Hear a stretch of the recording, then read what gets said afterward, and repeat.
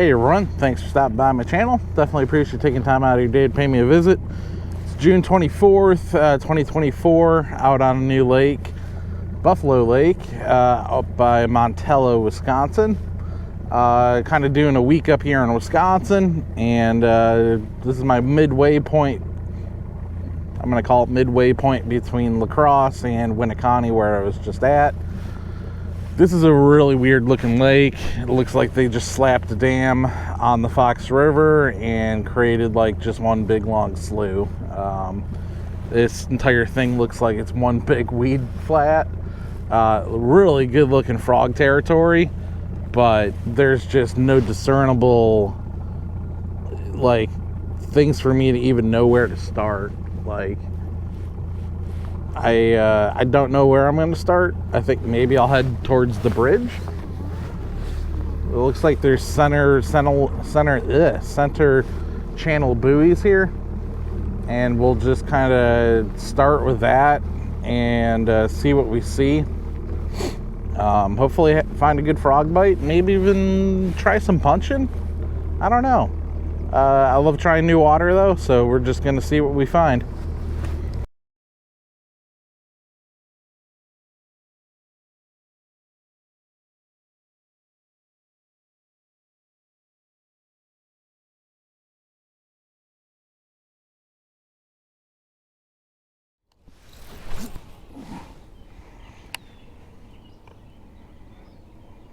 Quack, quack, quack,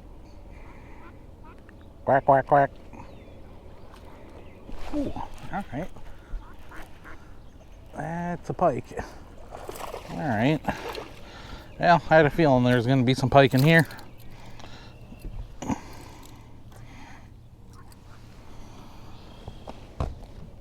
Yeah, that's right. Being pressed ducks.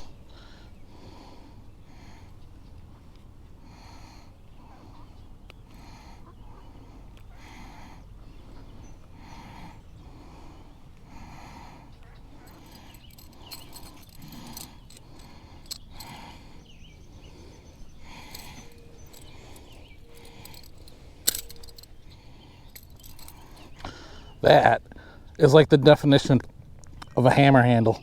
All right, buddy. Bon voyage. And thank you for absolutely destroying that. Oh, gosh.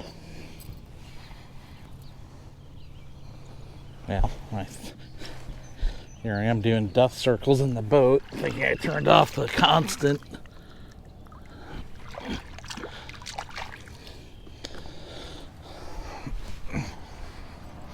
Well, you're fishing a lake in Wisconsin, you're bound to find some pike, especially a weedy one like this. Let's see if we can't bend this buzzbait back into shape. This is a super cheap buzzbait that I got off of Tackle Warehouse. I don't even know the brand, but any of my wire baits, whether they're buzz baits or spinner baits, they rust out so fast that I really only buy cheap. And I know that's people are going to say, like, oh, if you buy the high quality stuff, it won't rust as bad. I've tried it.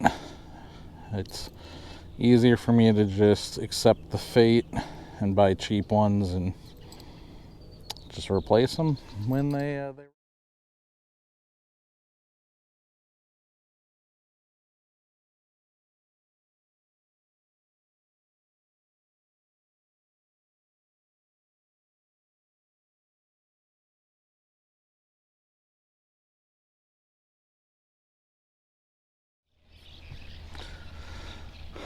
well, I guess I'm going to be done with this bridge. It's absolutely incredible. Haven't gotten anything off of this bridge. That's honestly a little concerning.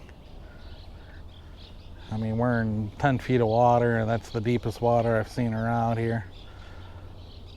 But that's all right. I think we're gonna work this side of the land bridge. Maybe focus on the frog. See what we see. See if this deep water kind of follows this. From my experience, this deeper water typically follows all alongside the land bridge.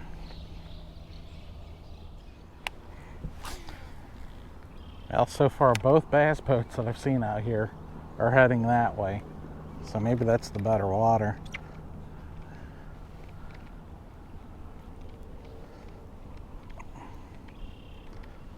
That rail bridge off in the distance sure does look nice though. Although this bridge looked really nice too.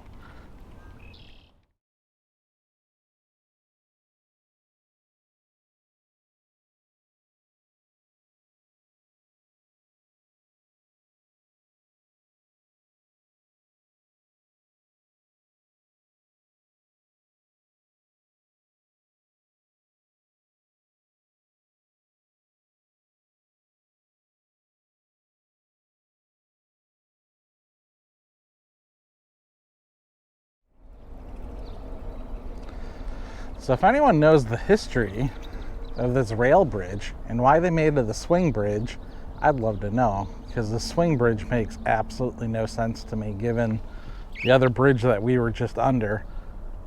Historically, there must have been some kind of commerce, I'm guessing, that was going on with this river that would have justified a swing bridge.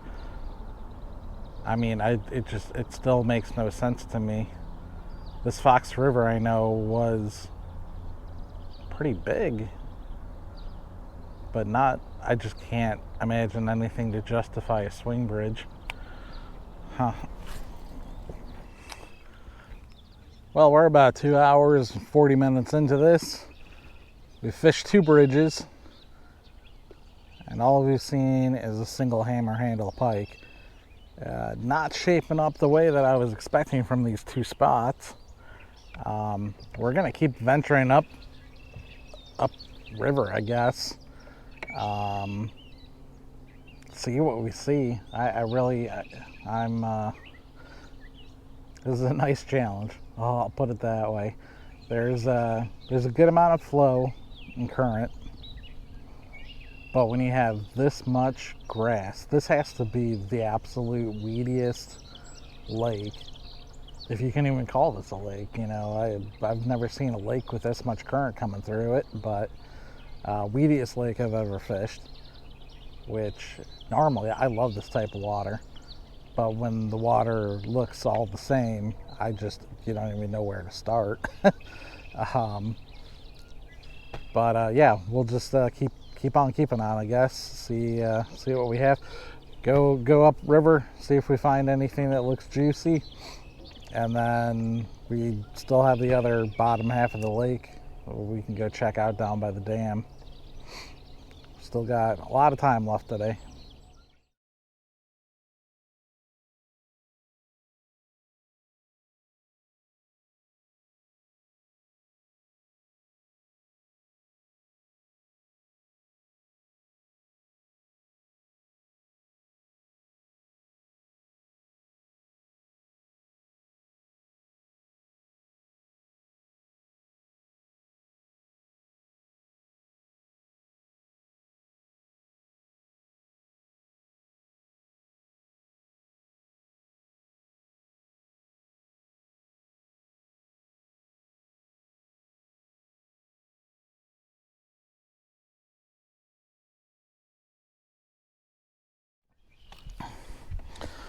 All right, well, we've technically entered the river proper, I think. According to my Garmin unit, we are out of Buffalo Lake and into the Fox River. This is not the Illinois Fox River. This is the Fox River that fairly certain eventually flows into Winneconne that I was just fishing, and then down into Green Bay. Don't quote me on that though, I'm not positive. But I really like the looks of this type of water though. And you might go, well, this all looks the same, right? It does look the same, except there's lily pads in here. It's not just duckweed. We got some reeds, and really the most important part, it's not nearly as expansive, and we still have some current coming through here. It's a much smaller area to fish, and it's definitely going to boost my confidence fishing a smaller area instead of being able to look around and go like there's just hundreds of acres of the same stuff. So we could have kept going further up the river, but there's already so many good looking spots that we passed. I don't want to go up here too far because we're about 8 or 9 feet deep here, and I'm pretty sure that that depth stays up there. But whenever I'm exploring a new river like this, I would only idle, and I don't feel like idling all the way up here. And this is a nice hairpin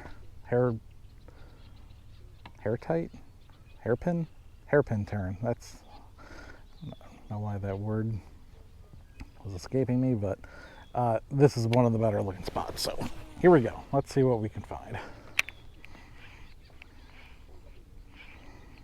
I've heard some frogs, and I've heard a few blow-ups, so again, confidence certainly is a little bit higher here.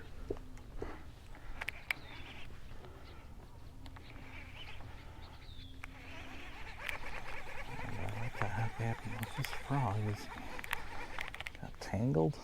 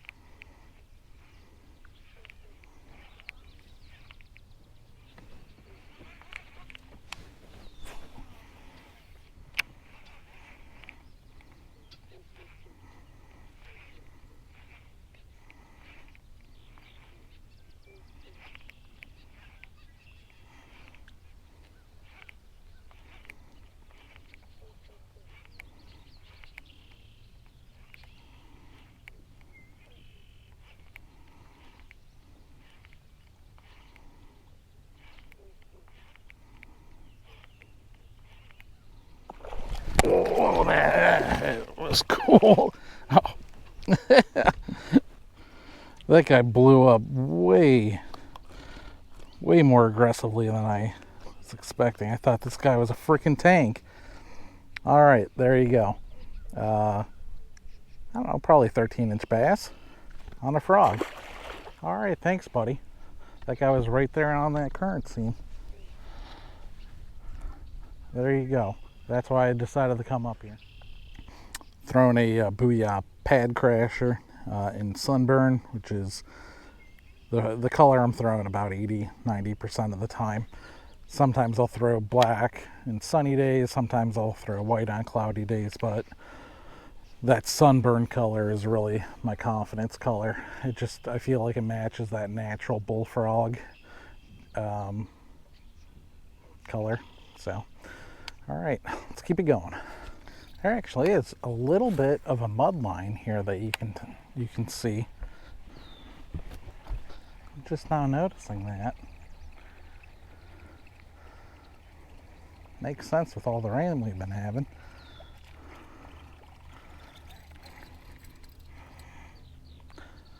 This reminds me of the spot we were fishing in Winneconne. When the Wolf River on Winneconne was completely blown out. All of our normal spots that my partner and I had found Friday, Saturday, just got completely destroyed with all the rain on Saturday night. And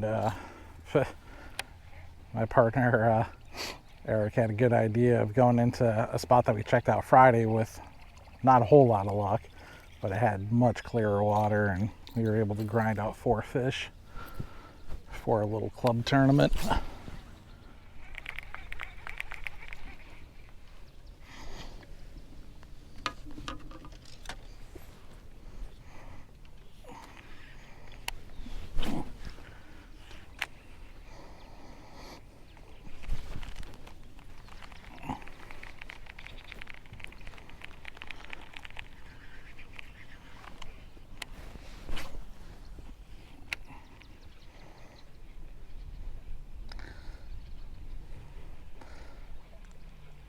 First sign of life in a while.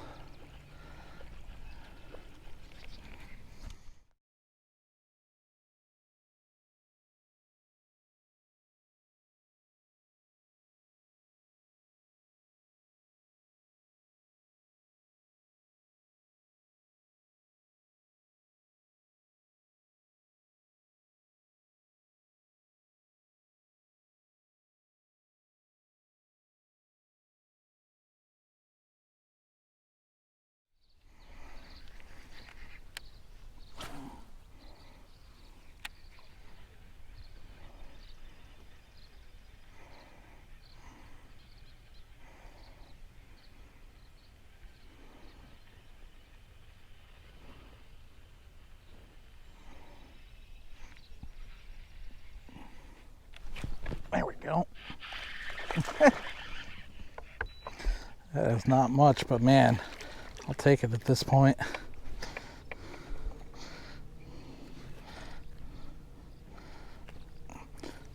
Small, little largemouth, quarter-ounce swim jig, weight and chartreuse with a 4-inch fat Halliburton chartreuse. Wonder if that was the guy that just kind of had a blow up there. Well, we're about 5.5 hours in. 2 largemouth, 1 hammer handle. I've had worse days, but man, I've had better days too. But I guess this is a nice little eddy right here. Maybe we'll see if there's a few more mixed in here.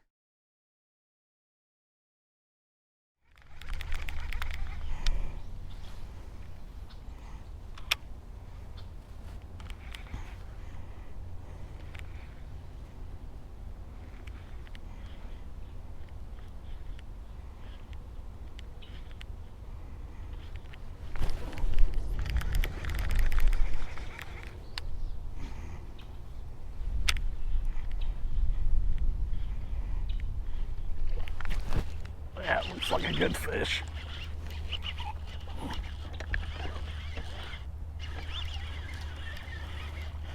Okay, well, not as good as I was thinking, but it's another fish. Not even hooked.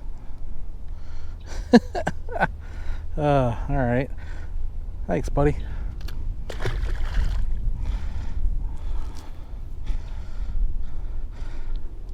I've noticed that sometimes when a fish bites a frog and you can set the hook as hard as you want, you might not get hooked, but as long as you keep reeling, keeping pressure on it, they just close their mouths and you can get them all the way in without them actually even getting hooked.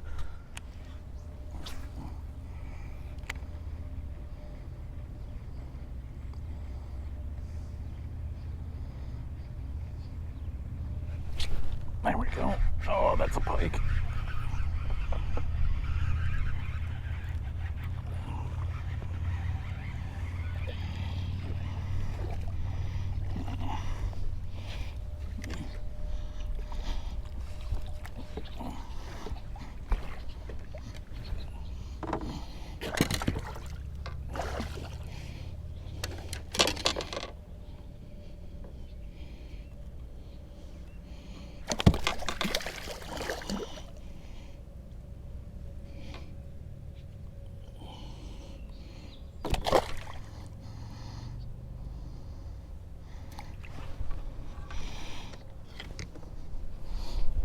All right.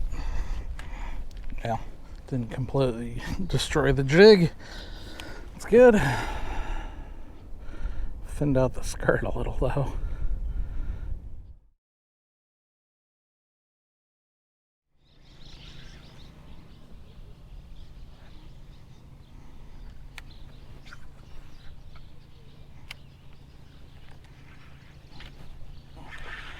Yeah, all right.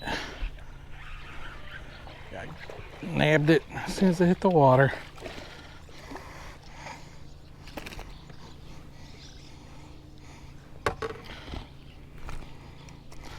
Well, another little cookie cutter, like 13-inch fish.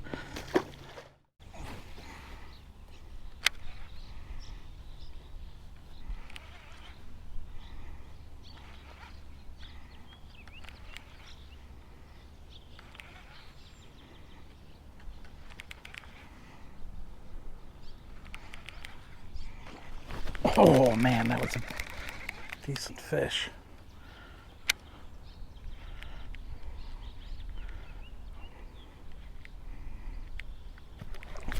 There we go.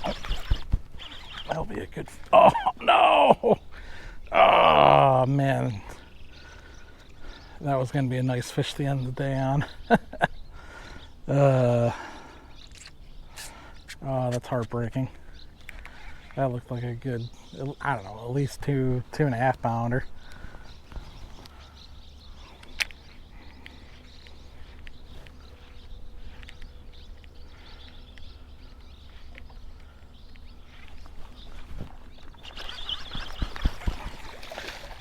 I guess this is my consolation prize.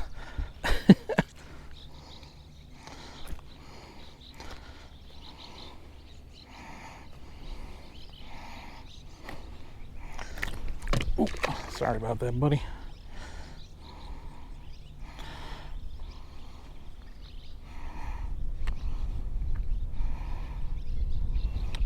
Well, it's just about 2 o'clock, and I said I was going to be done at 2. Have a few more casts, I guess. All right. Well, that's going to do it for us at Buffalo Lake / Fox River. Decent day. I've had better. I've had worse. I really honestly was kind of expecting more. But that might be, again, the kind of the cold front, big storms we had roll through here 2 days ago. I don't know. But would I come back? Again, I don't really know. There's just so much water that's just, everything's homogenized. You know, everything just looks the same. This is definitely a lake that I would see that you really need to have the experience and time on the water to really kind of figure out what spots are the productive ones and which ones aren't. Just because, I mean, the bridges, obviously I spent a lot of time on the bridges and a decent amount of time up on the river. The bridges are really the only obvious thing you can see, or at least I could see when I looked at the map. And the topographical map for this lake really is not that good either. So anyway, fun day. I'm gonna go have a lot more fun, I think, over at La Crosse. So yeah, thanks for sticking with me, and we'll see you all next time.